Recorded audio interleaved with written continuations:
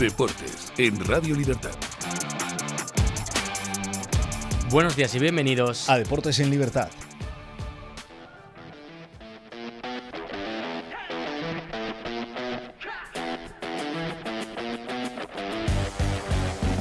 Don Eric Gutiérrez. Aquí estamos, don Guillermo Díaz, un lunes más, ¿no? Aquí estamos ya en la mitad de la fecha de la jornada FIFA. Sí, efectivamente. Sí, en mitad, ya, por fin, ya casi se acerca nuestra ya liga. casi acaba, quieres decir, ya casi acaba. Pero bueno, hay que hablar de la selección española porque la veo muy bien, de cara al Mundial. Uy, cuidado, le decía yo antes a don Julio, se lo he dicho fuera y dentro del directo que España va a ganar el Mundial porque dejó muy buenas sensaciones contra Serbia en ese partido que se disputó el pasado viernes. Hay que decir que gana 3-0 contra Serbia en Villarreal, buena entrada, la verdad que se vio un grandísimo equipo y una grandísima afición en ese partido. Hay que decir que hace 2 años que España no pierde ningún partido y tampoco perdió contra Serbia. ¿Contra quién fue el último equipo? Contra Colombia, sí, contra Colombia. ¿Cómo quedó Colombia el último partido que jugó? Ya lo contaremos más adelante. Vale, pensaba. Hay que decir que deja muy buena imagen de cara a este verano, a este Mundial, y despeja varias dudas. Unai Simón sigue siendo el portero y parece que va a ser el portero titular de cara al Mundial. Hay que decir que el foco también lo acaparó Mikel Oyarzabal, el delantero centro del equipo español, que jugó de titular y metió 2 golazos. Además también tuvo ciertos focos Rodri, que volvió al 11 inicial después de varios años sin estar, desde 2024, e hizo un partidazo. Como bien digo, Mikel Oyarzabal fue pues la estrella del partido. Minuto 16 el primer gol y minuto 43 el segundo. 2 absolutos golazos, especialmente el segundo de ellos. También tuvo muchos puntos otros jugadores, pero volviendo a Oyarzabal hay que decir que ya es el gol 24 que ha metido con España. Impresionante, un jugador que no es especialmente goleador. También tuvo ciertos focos Víctor Muñoz, que entró en la segunda parte y metió el tercer gol en el minuto 72 e hizo varias jugadas interesantes. Después de un muy buen taconazo de Ferran Torres fue ese gol. De Víctor habló el seleccionador Luis de la Fuente, del que dijo cosas muy interesantes. Bueno, Víctor tiene una cosa muy buena, Iván, que es la humildad. Sabe que tiene que trabajar mucho, acaba de llegar, ha hecho algo muy importante. Primero, no solo en lo futbolístico, el partido que ha realizado, los detalles que hemos visto todos, sino en la integración con el grupo. Ha encajado perfectamente y eso es muy importante para nosotros, ya lo sabéis. Importantísimo el encaje de Víctor Muñoz. Veremos si acaba yendo al Mundial. Por cierto, mañana partido contra Egipto a las 9 de la noche en el campo del Español. Y nos vamos a otros resultados porque este fin de semana ha habido fútbol internacional. Ahora sí hay que hablar, Eric Gutiérrez, de lo que fue esa derrota de Colombia contra Francia, contra los subcampeones del mundo. Pues bueno, Francia goleó 3-1 a la selección colombiana con un equipo B, dejando en el banquillo a Kylian Mbappé, a Tchouaméni, Camavinga, que Mbappé y Camavinga entraron en el segundo tiempo, hay que decirlo. Mbappé anotó un gol que se lo terminaron anulando. ¿Por qué? Por fuera de juego. ¿Cómo no? Sí, ¿cómo no? Dubé marcó doblete y Thuram también hizo gol en esa victoria del equipo francés. El descuento lo hizo Hamilton Campas para la selección española. Los galos demostraron una capacidad para controlar el partido. El subconsciente te ha atacado, La selección colombiana. Para la selección colombiana. Somos amigos y compañeros y vamos con Colombia, ¿cómo no? La selección hispana, podemos decirlo. Los galos demostraron la capacidad para manejar el partido a su antojo, hay que decirlo, Eric.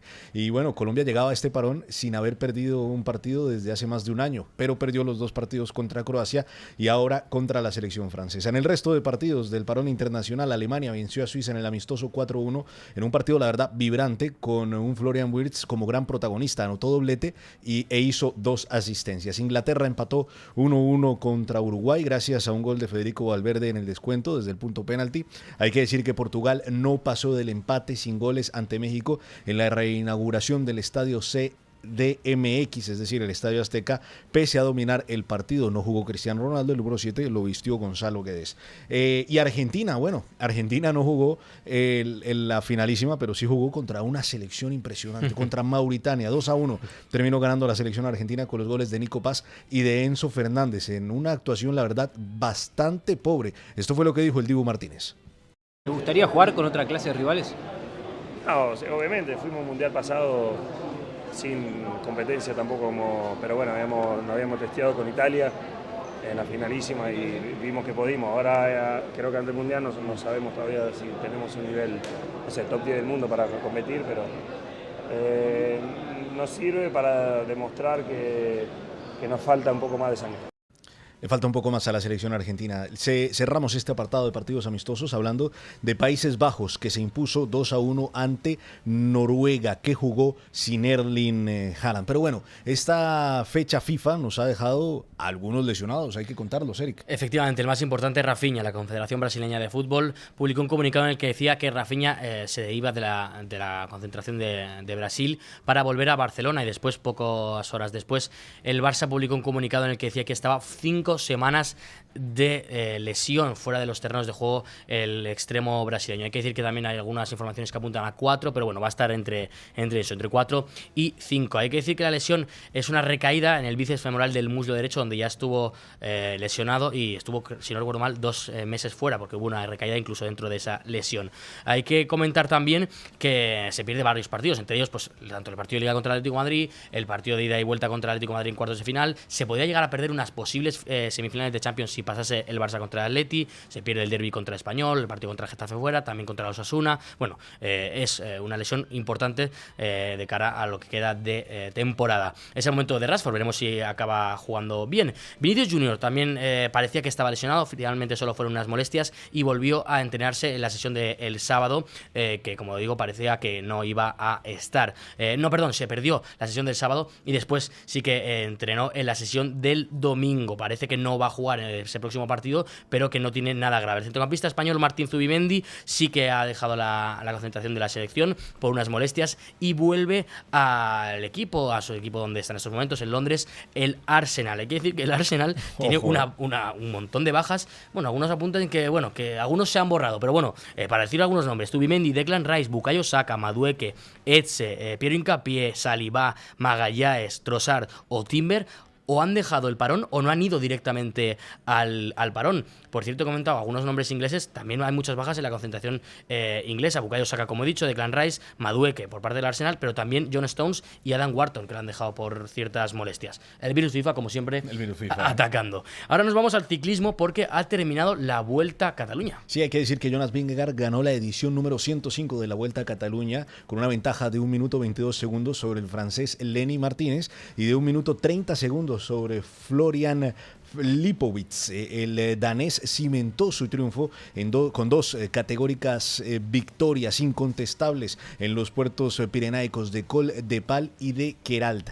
Hay que decir que en la etapa final en Barcelona, el australiano Brady Gilmore del equipo NSN de Andrés Iniesta se impuso al sprint en el circuito de Montjuic. La verdad que Jonas Vingegaard es de los mejores ciclistas humanos que hay en el planeta, porque sabemos que existe un extraterrestre que se llama Tadej Pogačar. Y hablamos de extraterrestres porque extraterrestres en este momento en el mundo del tenis hay 2. Uno se llama Sinner y otro se llama Alcaraz. Efectivamente, empezamos hablando de Sinner porque ha sido el que ha ganado el último torneo, el Miami Open. Hay que decir que se convierte en el 8º jugador en la historia en ganar el Sunshine Double, que dirán, pues, ¿esto qué es? Pues es ganar Indian Wells y Miami Open seguidos, en el mismo año, uno tras otro, pues es el 8º. Por cierto, el primero en hacerlo desde 2017, que fue Roger Federer el que lo consiguió. En este caso, su víctima ha sido Jiri Ligeca, que ganó 6-4, ganándole 6-4, 6-4. Y además ha conseguido ganar los 2 primeros Masters 1000 de esta temporada. Sinner, que encadenó 34 mangas invicto en los torneos de esta categoría. Impresionante, 34. Y además la final estuvo bastante condicionada por la lluvia, porque hubo un momento en el que se paró el partido, volvió, hubo bastante lluvia durante el encuentro. Finalmente, después de la vuelta, fue un monólogo del italiano. Hay que decir un dato impresionante: el Mutua Madrid Open de 2024 fue el último torneo en el que ganó alguien en un torneo en el que estaban inscritos Jannik Sinner o Carlos Alcaraz. Mientras están inscritos en los últimos 2 años Sinner o Alcaraz en un torneo, los han ganado todos. El último fue, como digo, ese Mutua Madrid Open. Son 19 seguidos. Hablando del Mutua Madrid Open, en el 2026 va a haber partidos en el Bernabéu, ¿no? Efectivamente. Eso ya está confirmado. Veremos.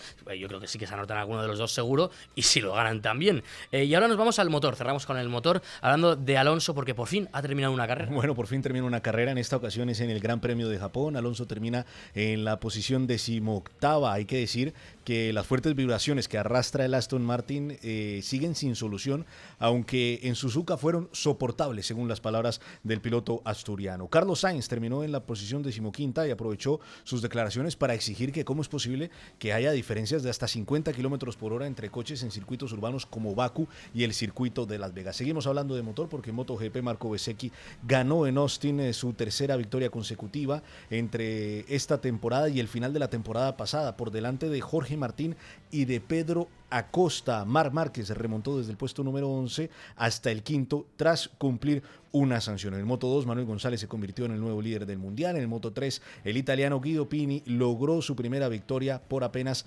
56 milésimas sobre el español Máximo Quiles. Y esa es toda la información deportiva por hoy. Completica, muchos deportes. Mucha cosa. Vamos al mano a mano.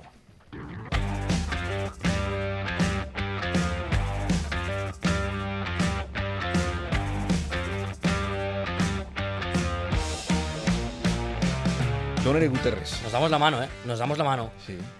Bueno, oye, ¿cómo está España? ¿Cómo está España? ¿Cómo está España? ¿Cómo está España? Y además contra un rival, Serbia, vamos a hablar en la tertulia de esto, ¿Sí? ¿no? De un rival Serbia que no es Mauritania, que sé que no le, le gusta a Guillo. Pero tampoco es Francia. No es Francia, por supuesto, no es Francia. Hombre, ni mucho menos es Francia, una de las favoritas al Mundial. Serbia ni estará en el Mundial. Pero bueno, creo que era un rival que está bien para medir fuerzas, para ver en qué punto está la selección española. Y de un recital, ¿no? Es un rival que tiene un fútbol bastante fuerte, ¿no? Un fútbol directo, ríspido, un fútbol directo, un fútbol al que hay que enfrentarse y que seguramente muchos equipos en la Copa del Mundo van a jugar así, como juega Serbia. Sí, y yo creo que sobre todo en las primeras fases. Exactamente, y yo creo que eso es lo que genera, digamos, este entusiasmo que hay en este momento con la selección española. Y yo creo que esta temporada nos ha quedado esa frase de Pep Guardiola de mear con la suya. Si hay alguien que verdaderamente mea con la suya, es Luis de la Fuente. Es verdad, al final yo creo que el debate de la portería, el primero de los debates, digamos que hay dos, quién va a ser titular y quiénes son los tres que van. Creo que el debate de quién va a ser titular está clarísimo. Unai Simón va a ser el titular para Luis de la Fuente. Además, es que no está mal. O sea, quiero decir, no es que Luis de la Fuente lo mantenga contra viento y marea. Al final, en su club no está haciendo la mejor temporada, pero cuando va con España juega bien. Entonces, Luis de la Fuente decide que no quiere cambiarlo. Yo, oye, respeto la decisión. Yo ya digo que pondría yo a García, pero entiendo por qué pone a Unai Simón. Claro. Y creo que ese debate está cerrado. Hay otros debates que yo tengo interés en saber, Guillo, ¿tú qué piensas? Juega Rodri titular, hace un partidazo, está mejorando con el Manchester City. ¿Rodri o Zubimendi? Es que sabemos que Zubimendi en este momento viene siendo el mejor mediocentro español que hay en la actualidad, podemos decirlo. Rodri, por su parte, viene recuperándose de una serie de lesiones, de una serie de parones que no le han permitido en los últimos meses poder ser ese mismo Rodri que se terminó ganando el Balón de Oro hace 2 temporadas y con el que vivimos la Eurocopa que ganó la selección española. Pero aún así, yo creo que Rodri le responde a Luis de la Fuente. Yo creo que eso es lo mismo que pasa también con Unai Simón. Son jugadores que responden al seleccionador nacional y hasta que no le den un motivo para sacarlos, pues van a seguir ahí. A ver, la diferencia, yo no estoy tan de acuerdo, no me parece igual, porque creo que la diferencia entre Rodri y Zubimendi es que Zubimendi en estos momentos sí que está por encima, no creo que mucho, creo que Rodri viene mejorando en el City, pero yo sí tengo la sensación de que España con Rodri aspira a ser incluso mejor. O sea, me parece que el nivel top de Rodri está por encima, un escalón por encima porque del ya lo hemos visto. Claro, exactamente, me parece que Rodri... O sea, se ha visto que puede ser el mejor jugador del mundo. Zubimendi veo difícil serlo. En cambio, Unai Simón y otros porteros, no creo que Unai Simón pueda aspirar a ser uno de los mejores porteros del mundo. Digo, mejores que top también 5. estuvo en la terna, para en su momento de los mejores porteros. Sí, bueno, pero no me parece a nivel real uno de los mejores 5 porteros del mundo. Ojalá lo fuera, pero no me lo parece. Entonces, yo, viendo el partido de Rodri, viendo que he puesto por Rodri, al final Zubimendi es verdad que tiene molestias y se tiene que ir del parón, o sea que lo normal es que Rodri vuelva a jugar el siguiente partido. Y lo normal es que Rodri sea titular en el Mundial. Es que yo creo que tiene sentido que Rodri sea titular en el Mundial. Es que creo que maneja al equipo de una manera espectacular junto a Pedri. Lo que quiero ver es cuando llegue Fabián, qué es lo que pasa. Pero hasta que no llegue, es que yo pondría a Rodri, sinceramente. Es que me convence. Es que al final uno tiene que decantarse por los jugadores que funcionan con la selección y que encajan dentro del sistema de una selección nacional. Es cierto que son muy pocos los momentos que tiene un entrenador, un seleccionador para hacer encajar las diferentes piezas de cara a un torneo como una Copa del Mundo, como una Eurocopa, y por eso tú tienes que jugar con los que ya te han funcionado, con los que ya conoces, seguir esa memoria futbolística que se le tiene y que mencionan muchos entrenadores, y yo creo que por eso también apuesta Luis de la Fuente por conservar esa memoria futbolística, manteniendo una base, incluso desde desde la portería. Totalmente. Hablabas de piezas, de mantener jugadores que han estado ya durante tiempo, pero hay una irrupción en este Sí, parón. sí. En esta temporada en general, pero en este parón especialmente. El catalán Víctor Muñoz sale, mete un gol, hace varias jugadas interesantes, sale por derecha, que eso para mí es interesante, porque ahí hay un hueco, o sea, el extremo derecho suplente hay un hueco ahí. Claro, porque solamente tenemos al titular. Efectivamente evidentemente va a ser titular Lamine, pero ahí hay un hueco, o sea, de los pocos huecos que hay en la selección, ese es uno de ellos. Y Víctor Muñoz, cuidado porque está llevando la puerta. Leía, por cierto, antes de darte paso, leía, por cierto, a gente diciendo que podía ser el nuevo Pedrito de este Ojo, mundial, y a mí me cuadra. ¿Te cuadra? Sí, me cuadra, no sé por qué, o sea, creo que puede ser ese jugador que sale en segundas partes, al final acaba siendo titular Pedrito, no creo que sea titular Víctor Muñoz en este mundial, Pedrito digo al final del mundial, pero sí que me cuadra entrando en el minuto 70 y revolucionando el partido. Sí, es un jugador que ya mostraba sus maneras cuando jugaba en el Real Madrid. Recordemos que es catalán, ahora está en Osasuna. En Osasuna la verdad que está haciendo una temporada espectacular. Yo creo que es el mejor jugador de Osasuna. Sí, junto a Budimir, porque al final los dos siempre van, pero sí, uno de los mejores seguro. En este momento, y la verdad que se ha ganado a pulso su participación en esta convocatoria y yo creo que ya no lo va a soltar. No, sinceramente no. Sí. Yo pienso como tú, es que creo que al final la gente dice, no, estos parones, lo ponía yo, preguntaba, ¿estos parones son necesarios, tal? Para esto. Para esto sí, o sea, para mí estos jugadores tendrían que jugar más minutos que los Lamins, Pedris, incluso Rodri, este tipo de jugador. Como O hizo, por ejemplo, la selección francesa. Efectivamente, para mí eso es más Colombia. inteligente que poner tanto titular, porque es que hay pequeños, todas las selecciones grandes tienen pequeños huecos que cubrir, que oye, hay uno, otro, y tienes que probar a ciertos jugadores. Y yo creo que ha levantado la mano. Y es que además hay que tener en cuenta que este mundial va a ser un campeonato de verano más largo que a los que estamos acostumbrados. Sí, una semana más. Va a ser una semana más, va a haber un partido más que los campeonatos de Eurocopa, los que ya hemos visto, los campeonatos de mundial que ya hemos visto. Y aquí se necesita tener un fondo de armario. Y mucho viaje también. Mucho viaje. Lo que demostró anoche Francia contra Colombia es un aviso. Francia tiene dos equipos. Tiene un equipo A, un equipo B. Un equipo B que puede competir, pero a altura de las mejores selecciones del mundo. Es que igual sería top Y 10. España, yo creo que si España quiere conseguir algo importante en este mundial, también necesita un equipo B de primera calidad. Estoy de acuerdo, y necesitas este tipo de perfiles, sobre todo perfiles distintos, que la gente se olvida que esto no es un all-star, que necesitas perfiles distintos, un rematador, un extremo regatador, Y que un extremo encajen veloz. dentro de un sistema de juego. Efectivamente. Hablaremos mañana de esa previa del partido contra Egipto, que es mañana a las 9 de la noche. Mañana los esperamos a las 10:10.